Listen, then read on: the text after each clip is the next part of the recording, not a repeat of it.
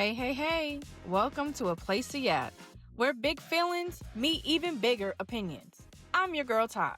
This is your weekly permission slip to speak your truth, feel all the feels, and grow through what you go through. Now let's yap. Let's get into this week's affirmation. I don't have to shrink to be seen. My presence speaks volumes before I even open my mouth. Somewhere along the way, we got taught that confidence had to look like society's version of how we view ourselves. But real confidence, let me tell you, it's quieter than that. It's knowing who you are, even when you're finding your way back to yourself. Confidence isn't an aesthetic, it's alignment. Now let's yap about it. I think the biggest misconception about confidence is that you're not supposed to have it.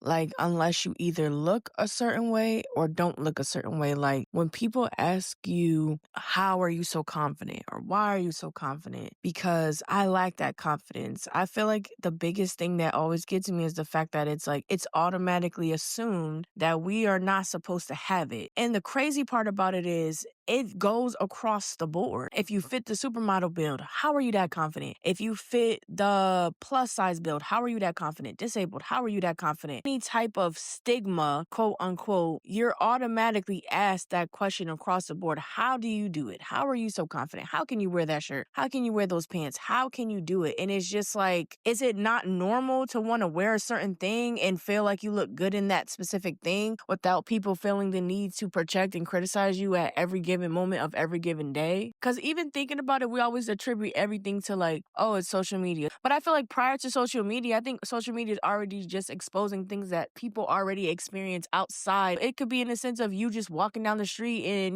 somebody stops you on the street and says, hey, I see how you're walking down the street and I'm just curious, what made you put that outfit on? Or how can you walk so confidently in that outfit or that shirt or whatever it is that they want to ask you a question about? How they figure that it's maybe something that they don't necessarily feel that fits you, or they wouldn't wear, or it's not something that they just feel like flatters your body, or whatever the case may be. I feel like it can happen on the street, and it was happening on the street, I'm sure, prior to being on social media.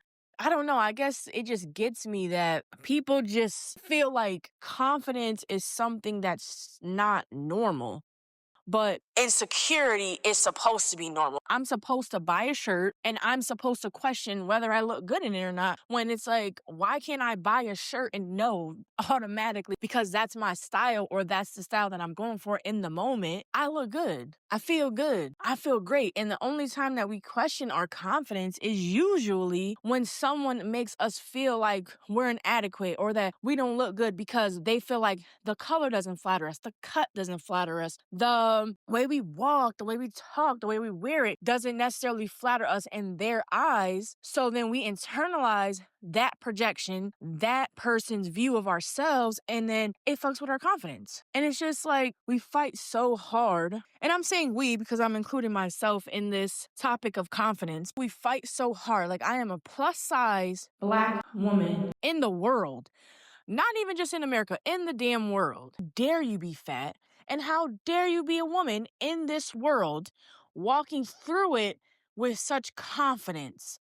As if we're not born into the world with it already. And the only reason why it's any type of misconstrued is due to other people, whether those people being our parents, whether those people being friends, family members, siblings, strangers, just the world of comparisons and of other people's projections, other people's thoughts, other people's ideas that they're putting onto you and making you feel as though it's your own because in your mind you've just absorbed information, and how you're processing it is like, no, I'm ugly. No, I'm fat. No, I'm disgusting. No, I'm not deserving. No, I'm not confident. No, I shouldn't wear this. No, I can't look like this. No, I can't walk in with my head up. No, I can't talk back. No, I can't have sass. No, I can't have attitude. Like, the list just goes on because other people's projections that try to make us feel as though that's what we're supposed to accept. And then when you shake up the status quo, it's like, whoa, whoa, whoa, how dare you? How dare you come in here with all that sass? How dare you come in here with all that confidence? How dare you come in here and not be a mold to what other people are doing? You need to fall in line. All these other people are going right. How dare you go left? I don't know if it's just growing up how I grew up, where it was a lot of like tumultuous and violent energy around me and domestic violence, and just really caused me to have so much just anxiety and PTSD, and just constantly not being heard and not talking up loud enough or speaking my opinion, that I spent so many years absorbing everyone else's, that it caused in my mind subconsciously to have these thoughts about me being this way, that way, or another. And then I think as I've gotten older, I've started to be more of a rebel. And I feel like because everyone's going right, I want to go left because it's like dare to be different. I don't want to go right because everybody else is going right. I'm going to go left. I don't want to be with everybody else or do what everybody else is doing. And that doesn't even necessarily mean that I have to go like above and beyond and do the craziest, wildest things to try to be like, hey, look at me, I'm going left. No, it's just like it could be something simple as everybody's wearing purple, but I want to wear pink. It doesn't have to be basic like that. It doesn't have to be super, super eccentric and extravagant. And it doesn't mean like, oh, if I'm going to an event and it's in like a color coded event and I gotta wear the opposite color. I'm not saying that. I'm not gonna just conform to what everyone else's perception of what I'm supposed to do. How can you put your expectations or whatever it is on me because you're looking at me and you're like, well, what I see for you is I see you covered up from head to toe with a turtleneck and all black with a trench coat and boots and a mask and everything to hide the fact that you're fat, hide the fact that you want to speak up and speak out, and I want you to just be mute forever.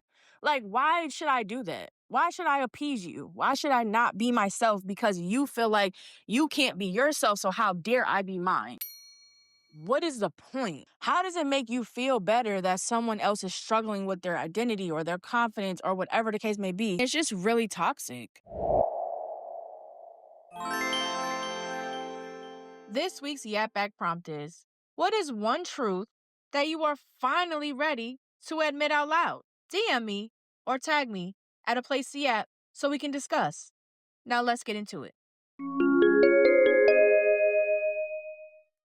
And I guess my question is, if I didn't know, like if I didn't have other people's thoughts and opinions in my mind from, childhood and birth, whatever, would I look at my body and wonder, like, oh, is my body supposed to look like this? Is this normal body?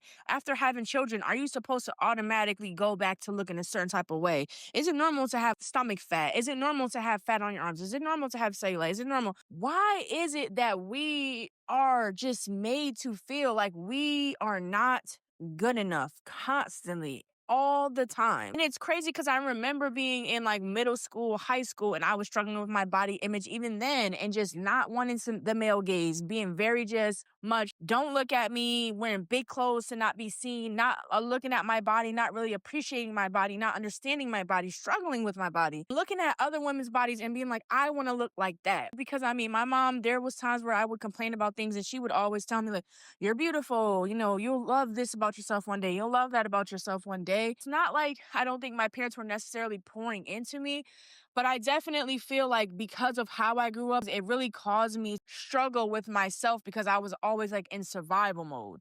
So I really didn't get to know myself. And I think even for me being a mother is why I really make sure that I let my children know, give them kind of words of affirmation to use for themselves, tell them to look in the mirror, tell them they're handsome and beautiful, they're smart, you know what I mean? Trust themselves and be themselves, and don't worry about what people think about you, and don't worry about what people say about you. Tell them to mind their business. Important for me because not only is it validating them, I feel, but it validates me because I'm talking to the younger version of myself. And maybe that's just how I view it because they're my children. But I feel like it's really important. And other than just being vain and being like, oh, you're so beautiful, your hair is like this, and your face is like an angel. No, it's other than that. It's intellectual stimulation. It's vanity and everything else. But it's like the biggest thing is letting them know inside themselves, because the world is going to beat you down. They're going to beat you down because there's so many people that you're going to come in contact with that, you maybe have a huge smile on your face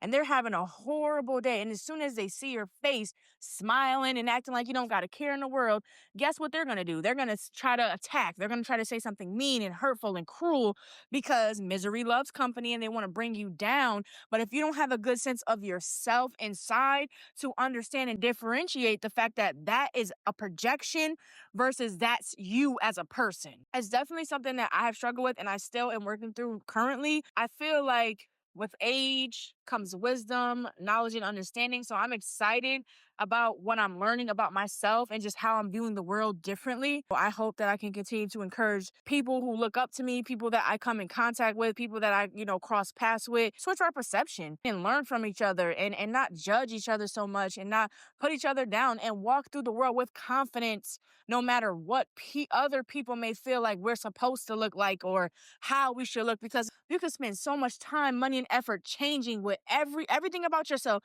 to appease everybody you come in contact. And guess what? You'll change everything. Oh, I think you should work out. I think you should do this. I think you should get a BBL. I think you should do this. I think you should wear makeup. I think you should cut your hair. I think you should dye it this color. I think you do that. You won't even recognize who you are. You won't even recognize yourself. And then the same people that have put all this criticism, all this pressure on you to change yourself, they're going to be like, wow, I really liked how you look like yourself. I don't know who you are anymore. I don't know why you changed yourself. You should have just stayed how you were. And then when you confront them with it and be like, well, you told me if I would look better if I look this, well, why'd you listen to me? I was just going through something that day, or I don't know what was wrong. I don't know why I said that, or I never said that. I don't know what you're talking about. So it's like, you have to be comfortable with yourself and you have to be confident within yourself to understand that other people should not control how you look for yourself. If you feel like you look good, then you look good. If you feel like you need to work on some things, then you can work on some things. And it also takes time. Like, I have to understand, I have 4 children. It took me 9 months to grow individual children in my stomach. So why am I telling myself that I'm supposed to be like the freaking top supermodel with abs if that's not my journey and that's not my DNA and that's not hereditary? That's not how my mother or her mother or her mother or her mother have snapped back. It takes time. I've watched my mom be very, very slim to very plus size to very slim, and I've watched her body go up and down, up and down, up and down. So if my own mother's body is going up and down due to being hormonal, due to stress, due to raising children and changes in so many things, that if she's going up and down in this roller coaster weight ride, why do I feel as though I'm supposed to fit into a certain mold because everyone else around me is telling me, no, but you should look like this and you should look like that and you should have did this because you could have lost weight and you should have did this so that your stomach could have been flat. How do you figure? There's so many other factors that play into it. So much things with social media that I'm grateful for that we're learning now about how to properly start to take care of ourselves and how we're supposed to be treated after birth. And it's not just about the baby. It's also about the mother and just different things. And it's beyond me that people really are so narrow-minded to feeling like if they see you and you have that perfect flat stomach, toned arms, toned legs, toned everything, that you're 100% healthy. Or if you're big, then it's like, oh, well, you have an ear infection, it's because you're fat. Oh, your eye hurts, you're fat. If you lose some weight, you'll feel so much better. When there's people that are plus size that have heart attacks, there's people that are skinny that have heart attacks. There's people that are plus size that have diabetes. There's people that's skinny that have diabetes. There's so many factors that play into it besides your weight, besides your external appearance. And I just feel like sometimes people are so narrow-minded about how you're going to look. And if you're looking at somebody who's bigger, it means unhealthy and skinny means healthy when it's other factors. That's why people struggle with confidence, and even skinny people struggle with their confidence because they'd be like, oh, I wish I could eat that, or I wish I could look like that. I wish I was just a little bit more full. I wish I was a little bit more thicker in this area and had a little bit more breasts or a little bit more whatever. It's not even just fat women or anything like that. It's just people in general are criticized. So even if you're skinny, you're constantly criticized for being too skinny. Because I was that person. I was thin. I did put in a little bit of sports. I was always working out and running and just being fit. At the end of the day, everybody was just like, oh, you're so skinny, skinny mini, olive oil, constantly being criticized for being skinny, skinny, skinny, skinny, skinny. Girl, you need to eat something. You just tiny, you just a little thing, you just a little skinny little thing. Then, I have 4 children. I done went through life and different things and trauma. I lost my mom. I lost my stepdad. I lost my older brother. I lost a lot of people that were close to me. And then have the audacity to look at me and say, you're fat, you need to lose weight. Oh, I don't like how the outfit looks on you. I don't have that. Do you understand what I've been through? So why should I not walk with this confidence? Why should I not walk with my head held high? Why should I not wear whatever I want? Because guess what? This is my life and I only have one to live. So at the end of the day, I don't want to be that person sitting in my children's, room that they have put aside for me and my husband. And I'm sitting there like, dang, I wish I would have wore that outfit 40 years ago. let me do what I want to do and let me go through my phases and live my life how I'm going to live it, whether you like it or not. Because then maybe if you would stop putting so much projection and so much weight on how I should live and how I should be, pour that into yourself so that you can do things that you want to do that you're not doing because you feel as though people are going to judge you for doing it. And let me be me and let me do me. Okay? This week's Yap Back prompt is: what is one truth that you are finally ready to admit out loud? DM me or tag me at a place to yap so we can discuss. Whew, you made it to the end, and that means everything to me. Thank you for holding space with me here at a place to yap. Same time next week, you bring your truth, and I will bring mine. Remember, you are allowed to take up space, speak from your heart, and grow on your own terms. Never let anyone define you but you. That's a wrap on A Place to Yap.